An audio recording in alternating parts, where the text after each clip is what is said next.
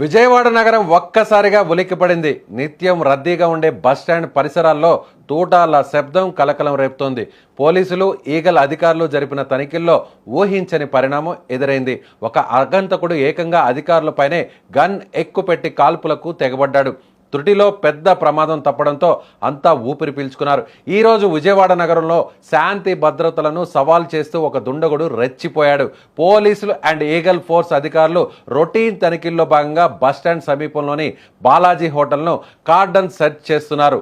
ప్రతి గదిని క్షుణ్ణంగా పరిశీలిస్తున్న క్రమంలో ఒక వ్యక్తి ప్రవర్తన అధికారులకు అనుమానాస్పదంగా అనిపించింది. అతడిని ప్రశ్నించేందుకు ప్రయత్నించగా ఒక్కసారిగా తన వద్ద ఉన్న గన్ తీసి అధికారుల పైకే కాల్పులు జరిపాడు. అయితే అదృష్టవశాత్తు ఆ సమయంలో ఒక సాంకేతిక లోపం పోలీసుల ప్రాణాలను కాపాడింది. అదే నిందితుడు ట్రిగ్గర్ ప్రెస్ చేసినప్పటికీ బుల్లెట్ సరిగ్గా ఛాంబర్లోకి రాకపోవడంతో అది మిస్ ఫైర్ అయింది. దీంతో అక్కడ ఉన్న వారంతా ఒక్కసారిగా షాక్కు గురయ్యారు.